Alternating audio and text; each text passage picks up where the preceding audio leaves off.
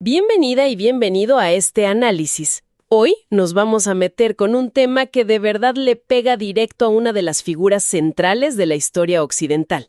Vamos a explorar la idea de que Jesús de Nazaret no fue una persona histórica, sino una construcción mitológica.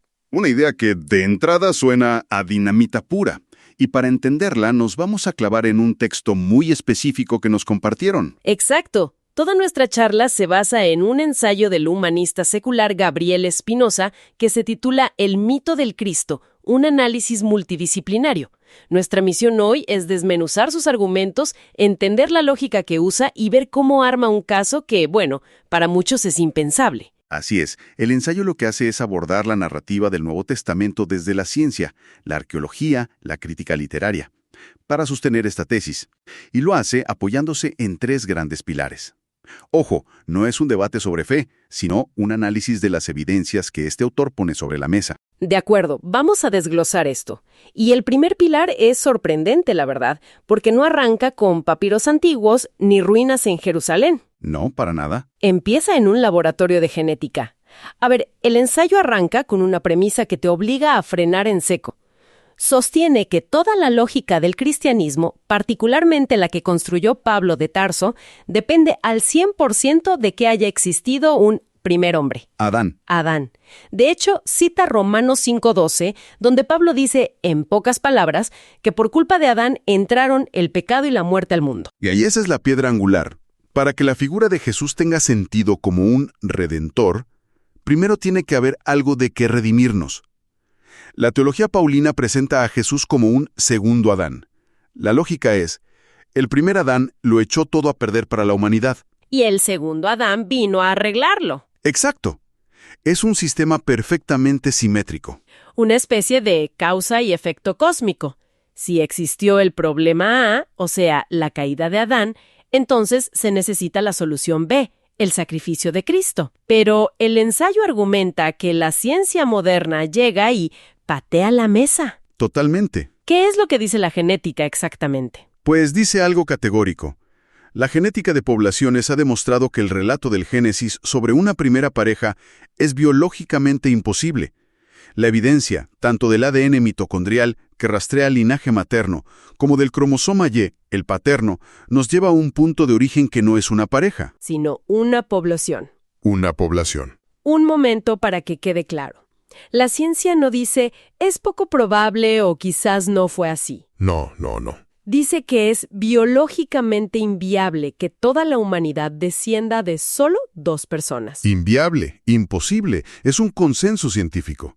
Los modelos genéticos muestran que el cuello de botella poblacional del que todos descendemos nunca fue menor a varios miles de individuos. ¡Wow! Necesitábamos esa diversidad genética para sobrevivir como especie.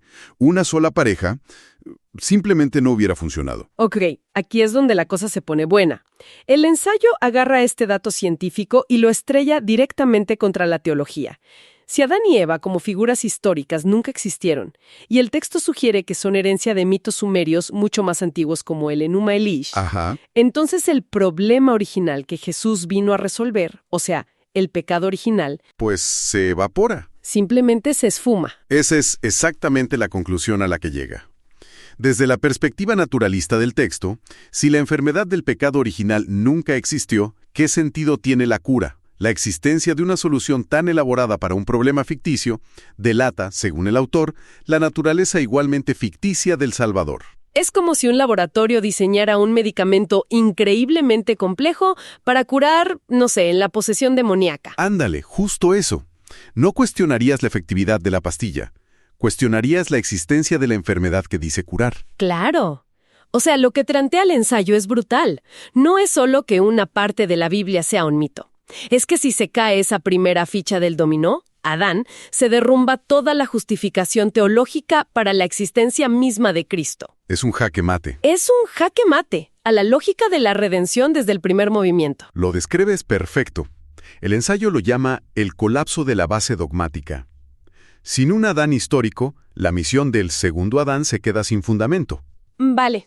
Entonces, si el argumento biológico desmonta la necesidad de un salvador, me imagino que el siguiente paso del ensayo es buscar si, a pesar de todo, hay rastros de su existencia en el mundo real, ¿no? En los registros de la época. Justo ahí es a donde va, y lo hace con un enfoque muy particular que llama el argumento del silencio. La idea es que a veces la ausencia de evidencia es en sí misma una evidencia muy poderosa. Se enfoca no en lo que se escribió, sino precisamente en lo que falta. Me gusta. Es como investigar un crimen no por las huellas que se encontraron, sino por las que deberían estar ahí y no están. Ándale, muy buena analogía. El autor sostiene que en los años en que supuestamente Jesús movía multitudes, sanaba enfermos y desafiaba al Imperio Romano, bueno, pues había muchos cronistas, historiadores y filósofos escribiendo sobre todo lo que pasaba en Judea. Y se clava en un caso. Sí, en un caso que considera la prueba irrefutable. Un tipo llamado Filón de Alejandría. Filón. ¿Quién era este personaje y por qué es tan importante para el argumento? Pues mira, Filón es presentado como el testigo silencioso clave. Era un filósofo y teólogo judío importantísimo, que vivió entre el 20 a.C. y el 50 después de Cristo. O sea, un contemporáneo exacto. Un contemporáneo directo de la supuesta vida de Jesús. Y no era un ermitaño, ¿eh? Era de una familia riquísima y con conexiones políticas hasta con la familia de Herodes. Visitó Jerusalén y, sobre todo, escribió muchísimo. Sus textos son una de nuestras mejores ventanas a la vida política y religiosa de Judea en esa época. Escribió sobre todo. Sobre sectas judías, sobre los conflictos con Poncio Pilato, sobre todo. Estaba en el lugar perfecto, en el momento perfecto, con los intereses perfectos y con los contactos perfectos. Si alguien debió enterarse de que un Mesías estaba poniendo de cabeza a la región, era él. Exactamente. Por eso el ensayo lo califica de anomalía histórica insalvable. Que un autor de ese calibre ignorara por completo a un personaje que, según los evangelios, provocó la entrada triunfal en Jerusalén y fue ejecutado por sedición, es, para el autor, inexplicable. Su silencio es ensordecedor. Ensordecedor. Es como si alguien escribiera una historia detallada de la tecnología de los años 2000 y se le olvidara mencionar a Steve Jobs o al iPhone. Es una omisión demasiado grande. Pero, a ver, déjame hacer de abogado del diablo. Para mucha gente, las menciones de historiadores como Flavio Josefo o el romano Tácito que escribieron después son la prueba reina. Claro. ¿El ensayo de verdad las descarta tan fácilmente? Suena a que podría ser un caso de mover la portería para que ninguna evidencia sea suficiente. Es una objeción totalmente válida, y el autor la enfrenta de cara. Su contraargumento es de matiz, pero es crucial. Sostiene que Tácito y Josefo no prueban la existencia de Jesús, prueban la existencia de los cristianos. A ver. Tácito, por ejemplo, al hablar de la persecución de Nerón en Roma en los años 60, menciona que los cristianos toman su nombre de un tal Cristo ejecutado por Poncio Pilato. Ah, ya te sigo. La distinción es clave.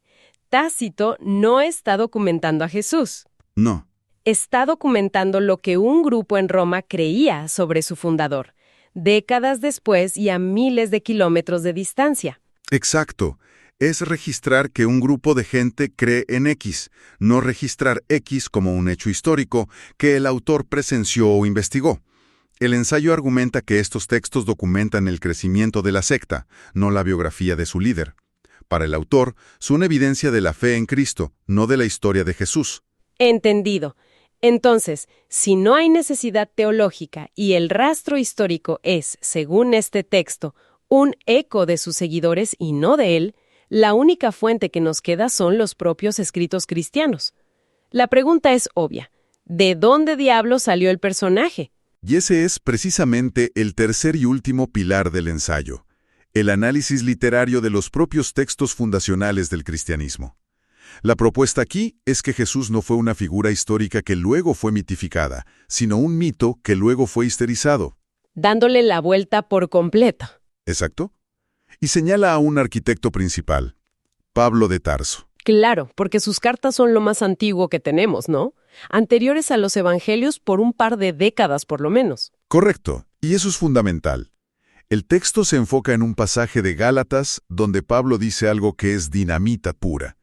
Afirma que el evangelio que él predica no lo recibió ni aprendió de ningún hombre, sino que le llegó directamente por revelación. A ver, ¿está diciendo que la información se la bajó directamente de una visión? Ajá. No que se sentó a tomar un café con Pedro o con Santiago para que le contaran anécdotas del maestro. Justo eso. El argumento del ensayo es que Pablo nunca conoció ni tuvo interés en un Jesús de carne y hueso. El Cristo de Pablo es un ser cósmico, una entidad celestial preexistente que fue sacrificada en una dimensión espiritual y resucitó. Y es cierto, ahora que lo pienso. Y si te fijas, es muy revelador lo que Pablo no dice. En todas sus cartas jamás menciona las parábolas, no cita el Sermón del Monte, no habla de los milagros. Nada de la biografía. Todo el núcleo biográfico de los evangelios está ausente. Su Cristo es una idea teológica, no un maestro de Galilea. Entonces, si el primer documento cristiano, el de Pablo, solo nos habla de una entidad celestial, ¿de dónde sale todo lo demás? El nacimiento en Belén, los 12 apóstoles, la caminata sobre el agua, los panes y los peces, toda la biografía. La respuesta que ofrece el ensayo es que los evangelios, escritos mucho después, se crearon precisamente para darle una biografía, un guión, a ese Cristo celestial de Pablo. Y para hacerlo, los evangelistas habrían usado una técnica literaria judía muy común en la época, llamada Midras. Midras. Suena a algo más que simple escritura. Es como una especie de, no sé, remezcla teológica. Esa es una forma excelente de describirlo, una remezcla teológica.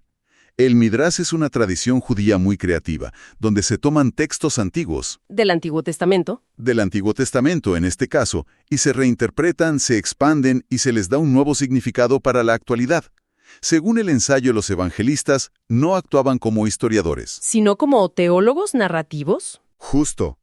Su método, según esta interpretación, era buscar pasajes en los profetas que hablaran de un siervo sufriente o un rey mesiánico, y luego crear una escena en la vida de Jesús que pareciera cumplir esa profecía. Dame un ejemplo. Por ejemplo, si el profeta Zacarías dice que el rey entrará en Jerusalén montado en un burro, pues escribe una escena donde Jesús hace exactamente eso.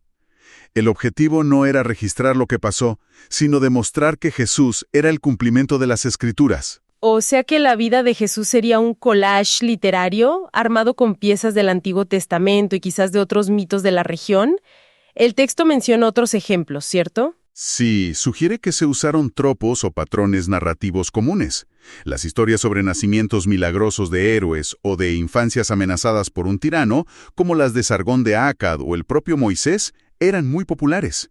El ensayo plantea que la historia de la matanza de los inocentes de Herodes podría ser una adaptación de ese modelo para la biografía de Jesús. Y para rematar, el ensayo señala que incluso dentro de los propios evangelios se ve cómo el personaje va inflándose, por así decirlo. Exacto, y eso se presenta como la prueba final de un proceso de mitificación en tiempo real. El Evangelio de Marcos es el más antiguo, del año 70 después de Cristo aproximadamente. Su Jesús es el más humano. Se enoja, tiene dudas, no sabe cuándo será el fin del mundo. Es un profeta poderoso pero muy terrenal. Ok. Luego, si saltamos al Evangelio de Juan, el último en escribirse, cerca del año 100, Jesús ya no es un hombre. Ya es otra cosa. Es el Logos, la palabra divina que existía desde antes de la creación del mundo y que es una con Dios.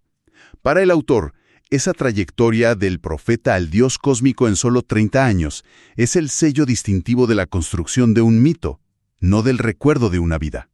Impresionante. Entonces, si juntamos las tres piezas, tenemos el rompecabezas completo según la tesis de este ensayo. Exacto. La tesis de la inexistencia de Jesús como personaje histórico se sostiene sobre esa tríada. Primero, el pilar científico. La genética moderna anula la necesidad biológica de un redentor al desmentir el pecado original de Adán. Ok. Segundo, el pilar histórico. El argumento del silencio de contemporáneos clave como Filón, que pone en duda su supuesto impacto social en su propia época. Y tercero, el pilar literario. La evidencia textual que sugiere que el personaje fue una creación teológica de Pablo, un ser celestial al que décadas después los evangelistas le construyeron una biografía medida.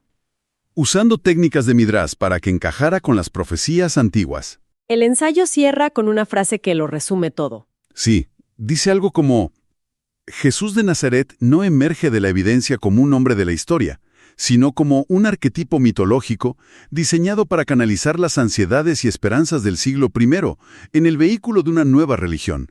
Es una conclusión demoledora. Y nos deja con una pregunta que va mucho más allá de la historicidad de una sola figura. Totalmente. Y es una buena pregunta para dejar en el aire.